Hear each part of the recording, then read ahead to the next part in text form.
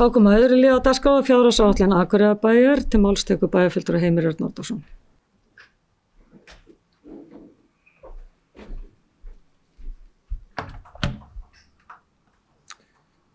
Forseti, bæjarfulltrúar, þetta liður 1 í fundargerð bæjarráðsdags, þetta 5. september 2024, en lagði það fram viðauki 5.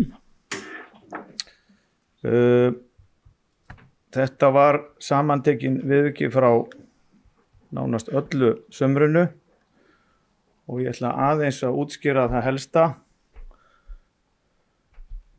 Endurmat á kennslustundamagni sem var haustið og einungis 20 milljónir króna sem að ber frekar lítið milli ára og þetta gert á hverju sumri fyrir skólaárin. Við keyptum læsta skápa og afþreyingarbúnað vegna nýrra regla á notkun á farsímum í grunnskólum, samtals 4 milljónir og ætti að segja að samtölu við skólastjóra að þetta hefur komið virkilega vel út á fyrstu vikum skólaársins og eiginlega búið að koma mun betur út en fólk þorði að vona. Aukningar af fjárhagsaðstoð á árinu vegna viðbótarframlags til atvinnuátaks og til barnafjölskylda eru netto 40 milljónir, 40,4.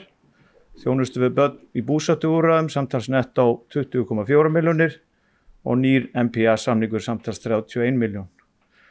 Einnig aukinnar leiguskuldbindingar og endurnýjur og leigusamningur Glerárgötu.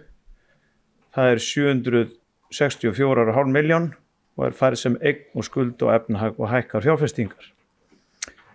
Samlega var gerð leiðrétting vegna viðauka 1.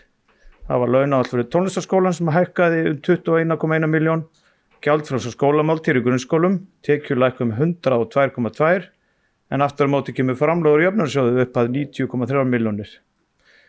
Það breytta gjaldskrá leik- og grunnskólum 83,6 milljónir og hækkunir á tekjutengdum afslætti í leikskólum 22 milljónir króna.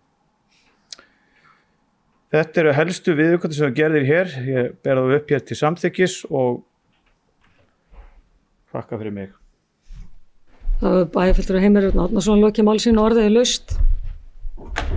Næst tekur til máls bæjarfulltrúi Sunna Hlín Jóhannesdóttir.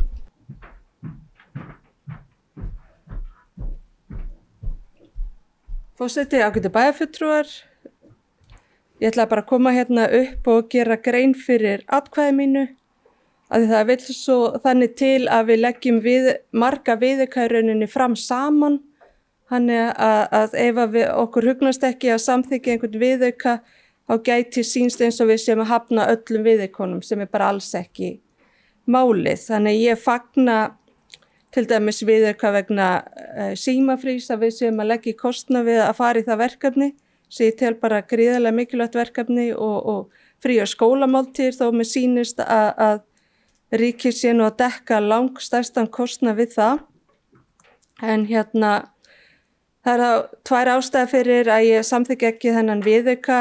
Ég var í grunninn bara ekki sammála hugmyndafræðinni breytingu og gjaldskrá þó ég sjái samt sem áður marga jákvæða kosti við það verkefni. Og það verður bara áhugavert að sjá hvernig það kemur út ef og verður gerð fagleg greining á því verkefni og útkomunni. En síðan það Glerárgatan.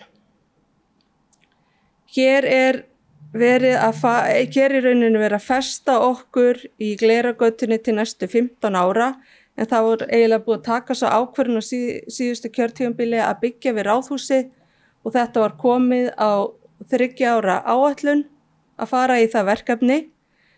En meirihlutinn tekur það ákvörðun upp á kjörtímabilsins að hætta við það verkefni sem ég tel bara hafa ekki verið ábyrga fjármálastjórn.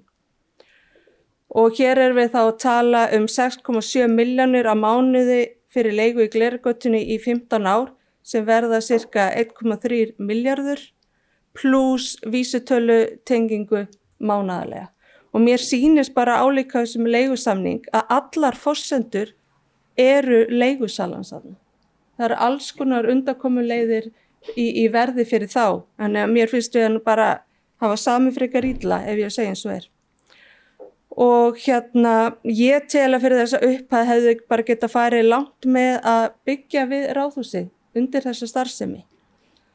Og við erum eiginlega miðað við þá kynningu sem við fengum inn í bæjarráð að borga fyrir endurbæturnar á þessu húsnæði. með gríðarlegri hækkun á leigu, húsnæði sem við eigum ekki einu sinni. Þannig að ég sitt hjá þessum viðauka. Takk fyrir. Þá er bæjarfulltrúi Sunna Hlín Jónsdóttir í lokin málsins orðið laust. Þessi fleiri hafa ekki hvað sér hljóðs þess að geta samþykkt viðaukann gefur merki. Það er